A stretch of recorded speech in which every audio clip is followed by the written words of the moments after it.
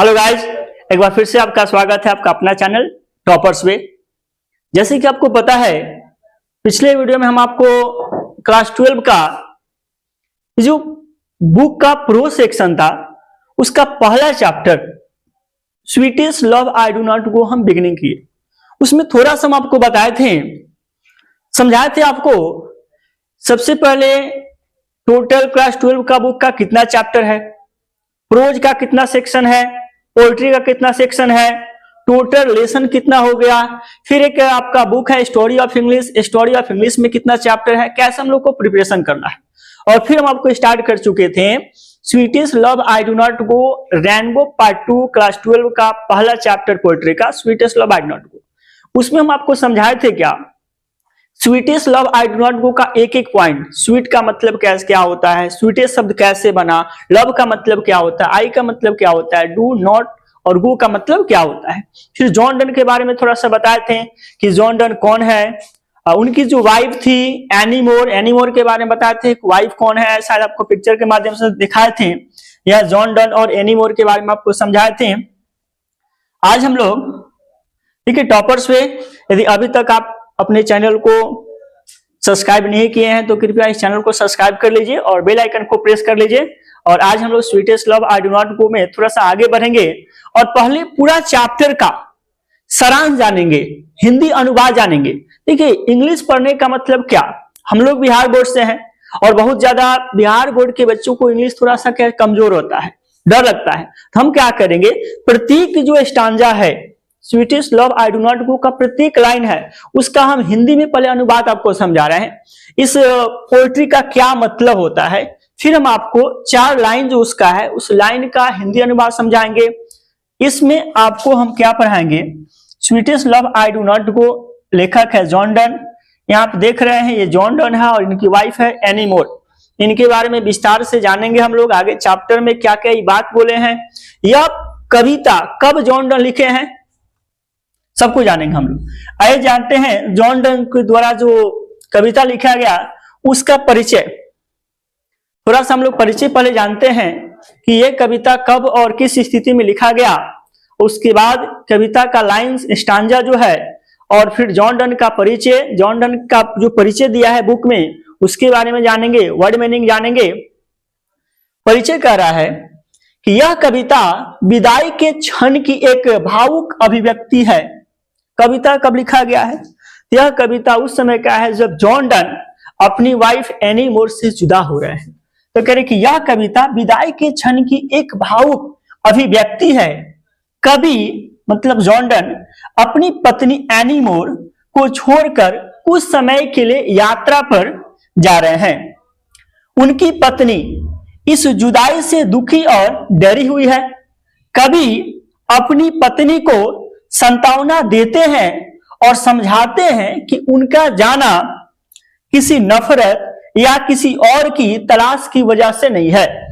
क्या मतलब को इस कविता का सारांश यह है, परिचय यह कह रहा है क्या कि कवि जो है जॉन डन अपनी प्रेमिका एनी मोर को समझा रहे हैं कि हम दूर जा रहे हैं, इसका मतलब यह नहीं है क्या कि हम नफरत तुमसे कर रहे हैं या कोई दूसरी लेडीज हमको मिल गई है, तुमसे प्यार हम नहीं करते हैं, ऐसा कुछ नहीं है।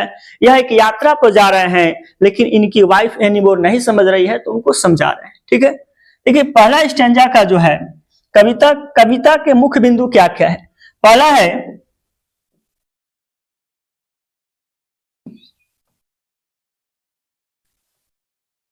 जुदाई का असली कारण क्या है। इस कविता में आखिर में जॉन डन अपनी प्रेमिका एनी मोर से दूर क्यों जा रहे हैं, तो जुदाई का असली कारण कह रहे कि कवि कहते हैं कि वे अपनी पत्नी से थककर या किसी बेहतर प्यार की तलाश में नहीं जा रहे हैं। कवि क्या कर रहे हैं, वे कह रहे हैं कि वे अपनी पत्नी एनी मोर से थककर या बहुत ज्यादा बेहतर प्यार या किसी अन्य लेडीज के तलाश में नहीं जा रहे हैं, वे बस अपनी मौत का पुनः अभ्यास प्रैक्टिस करना चाहते हैं।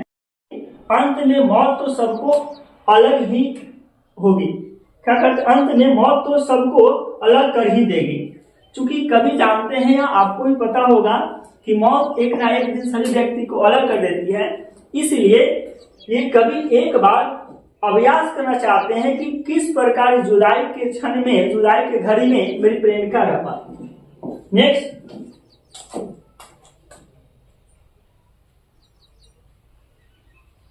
दूसरा क्या है, तो जब इनकी प्रेमिका नहीं समझ पाती है तब यह सूरज का एग्जाम्पल देते हैं और समझाते हैं। क्या समझाते हैं? कहते हैं कि सूरज से तुलना करके समझाते हैं। क्या? कभी सूरज का उदाहरण देते हुए कहते हैं कि सूरज कल शाम को गया था और आज वापस आ गया। सूरज कल शाम को गया था और आज वापस आ गया, जबकि उसके पास ना तो कोई इच्छा है और ना ही कोई भावना। कवि का दावा है कि उसके पास तो पत्नी के रूप में, उनके पास तो पत्नी के रूप में लौटने की एक महान प्रेरणा और इच्छा है, इसलिए वे सूरज से भी तेज गति से वापस आएंगे। कभी सूरज का एग्जाम्पल देते हुए दूसरा स्टैंजा का जो प्रमुख बिंदु है, सूरज का एग्जाम्पल देते हुए बता रहे हैं कि हम तुमसे दूर जा रहे हैं तो बहुत जल्दी वापस लौट कर आएंगे।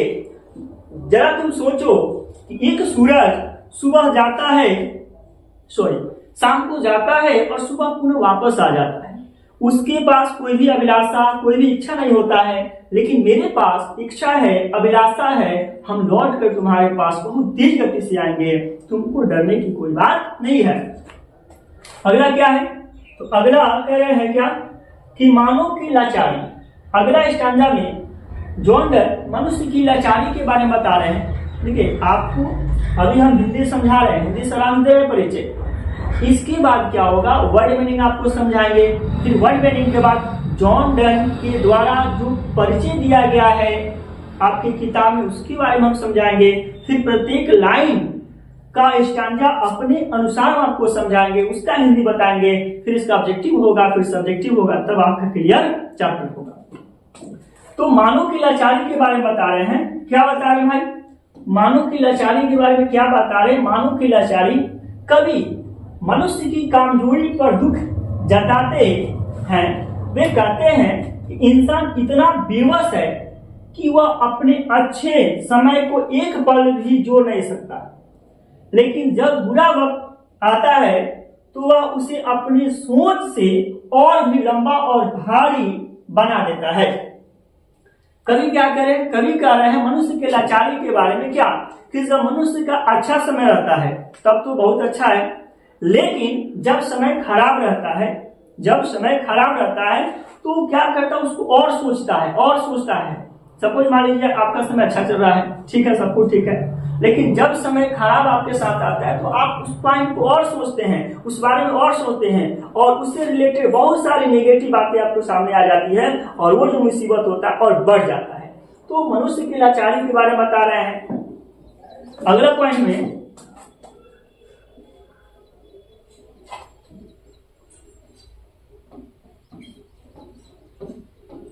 पत्नी का विलाप, जब एनी मोर विलाप कर रही थी, रो रही थी, आए भर रही थी, तो बता रहे क्या, जॉन डन कह रहे हैं कि जब उनकी पत्नी रोती है, किनकी पत्नी? जॉन डन की पत्नी रोती है या आहें भरती है तो कवि को बहुत दुख होता है। वे कहते हैं कि जब तुम रोती हो तो तुम्हारी आंखों से सिर्फ पानी ही नहीं गिरता, जब तुम रोती हो तो तुम्हारी आंखों से केवल पानी ही नहीं गिरता, बल्कि मेरे जीवन, आत्मा बाहर निकलता है। मतलब जब तुम रोती हो तो हमको बहुत ज्यादा दुख होता है, ये कवि समझा रहे हैं। वे उसे रोने से मना करते हैं क्योंकि उसका दुख कवि को कमजोर बनाता है। कह रहे हैं कि जब तुम रोगे तो हम कैसे यात्रा पर जाएंगे, कैसे हम जी पाएंगे। यदि तुम चाहती हो कि हम खुश रहे, तुम रोना बंद कर दो, विलाप करना बंद कर दो। जब तुम राहें भरती हो, जब तुम कराहती हो तो हमको बहुत दुख होता है, हम कमजोर पड़ जाते हैं। तुमको रोना नहीं है, इस मुसीबत से लड़ना है। अगला जो पैराग्राफ है उसमें अमर प्रेम का संदेश देते हैं कवि। अमर प्रेम का संदेश क्या देते हैं भाई? कहते हैं कि अंत में कवि कहते हैं कि जो प्रेमी एक दूसरे के दिलों में रहते हैं वे कभी अलग नहीं होते। जो प्रेमी एक दूसरों के दिलों में रहते हैं वे कभी अलग नहीं होते हैं। जो लोग एक दूसरे की यादों में जीवित हैं उनके लिए मौत भी कोई जुदाई नहीं ला सकती। जो लोग एक दूसरे की यादों में जिंदा है उनके लिए मौत भी क्या नहीं कभी उनको जुदा नहीं कर सकती है। कभी जॉन डन अपनी प्रेमिका एनी मोर को बहुत समझा रहे हैं, आगे बढ़ रही है, प्रेमिका रो रही है, विलाप कर रही है, लेकिन बात मान नहीं रही है। और अगले एक एक स्टांजा में अलग अलग भाव को बताकर व्याख्या कर रहे हैं कि तुम ऐसे सोचती हो, तुम चाहती हो कि हम नहीं जाएं, तो क्या होगा। ऐसे नहीं हो सकता है कि जैसे तुम रो रही हो, आगे बढ़ रही हो, ऐसे लग रहा है कि तुम हमसे प्यार नहीं करती हो।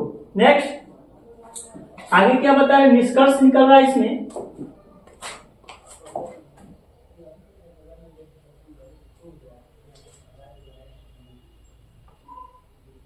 निष्कर्ष क्या है इस कविता का, क्या निष्कर्ष है। Sweetest love I do not go, जो हमारा कविता उसका निष्कर्ष क्या निकल रहा है, sweetest love I do not go ये ऐसी कविता है जो हमें सिखाती है कि सच्चा प्रेम भौतिक दूरियों से ऊपर है। ये जो sweetest love I do not go हमको क्या सिखाती है, सिखाती है कि सच्चा जो प्रेम है भौतिक दूरियों से ऊपर है। कवि का मानना है कि सच्चा प्यार अमर है और इसे समय या स्थान की दूरियां खत्म नहीं कर सकती है। मतलब समय यदि खराब है तो सच्चा प्यार होगा तो कभी खत्म नहीं हो सकता है। यह भौतिक दूरियों से ऊपर है। यह कविता का क्या होगा, निष्कर्ष निकलता है हमारा। नेक्स्ट अब हम देखते हैं क्या, अब थोड़ा सा इसका वर्ड मीनिंग देख लेते हैं। ठीक है, थोड़ा सा वर्ड हम आपको बता रहे हैं, बाकी बात अगले स्लाइड में हम आपको पूरा वर्ड बताएंगे और फिर हम स्टार्ट कर देंगे आपका बुक। ठीक है, यहाँ दिया है पायनियर। पायनियर मतलब होता है क्या, आपका आरंभिक निवास या फिर मार्ग प्रशस्त करना। यह दोनों क्या आपका एक नाउन है, एक आपका वर्ब है। नेक्स्ट है लैरिकल। लैरिक मतलब क्या होता है, काव्यात्मक। काव्यात्मक जो होता है उसको क्या लैरिकल कैसे बोलते हैं। नेक्स्ट है एस्टेरिकल। एस्टेरिकल का मतलब होता है व्यंग्यपूर्ण। व्यंग समझते हैं, व्यंग मतलब व्यंगबाजी करना, किसी का हंसी मजाक उड़ाना, व्यंग बहुत व्यंगबाजी करना। तो एस्टेरिकल मतलब क्या होता है, व्यंग्यपूर्ण होता है। नेक्स्ट एस्टेरिकल आपका व्यंग्यपूर्ण हो गया। वर्स। वर्स का मतलब क्या होता है, पद होता है, छंद होता है, कविता होता है, अनुवाक्य होता है। वर्स मतलब क्या होता है, ये देखिए इसका वर्स। वर्स किसे कहते हैं, करें कि a group of lines which from one part of a song और पोएम। करेंगे अ ग्रुप ऑफ लाइन, वैसा लाइन, वैसा line. A group of line मतलब ग्रुपों का ऐसा लाइन या लाइनों का ऐसा समूह, विच फ्रॉम वन पार्ट जिसमें एक पार्ट क्या होता है आपका सॉन्ग होता है, गाना होता है, उसे हम क्या बोलते हैं, पद बोलते हैं या फिर छंद बोलते हैं। ठीक है, नेक्स्ट ये आपका खत्म हो गया। आज हम 5 या 6 आपको वर्ड मीनिंग बताएं। अगले स्लाइड में, अगले वीडियो में हम लोग पूरा वर्ड मीनिंग के साथ पहले वर्ड मीनिंग जान लेंगे और उसके बाद हम आपका बुक स्टार्ट करेंगे। यदि आपको वीडियो अच्छा लगे तो चैनल को सब्सक्राइब कीजिए, शेयर कीजिए, ज्यादा से ज्यादा आपका शेयर करेंगे और बताइए, फीडबैक दीजिए कि आपका 12th क्लास का जो हम बुक पढ़ा रहे हैं आपको कैसे लग रहा है। अभी बुक का जो परिचय हम बताए हैं बिल्कुल 0। अब हम कल अगले स्लाइड में हम आपको बताएंगे वर्ड मीनिंग, पूरा बुक का पूरा वर्ड, और स्टार्ट कर दिया जाएगा जॉन डन के बारे में जो दिया गया है वह, और जो लाइन है उसके बारे में विस्तार से, फिर उसका ऑब्जेक्टिव करेंगे, सब्जेक्टिव करेंगे, फिर हमारा चैप्टर खत्म हो जाएगा। यदि आपको वीडियो अच्छा लगे तो लाइक सब्सक्राइब जरूर कीजिए और कमेंट करके बताइए आपको कोई अगर समस्या हो तो, ताकि उसको हम सुधार दें। ठीक है, ओके, फिर मिलते हैं लोग अगले वीडियो में। तब तक के लिए धन्यवाद।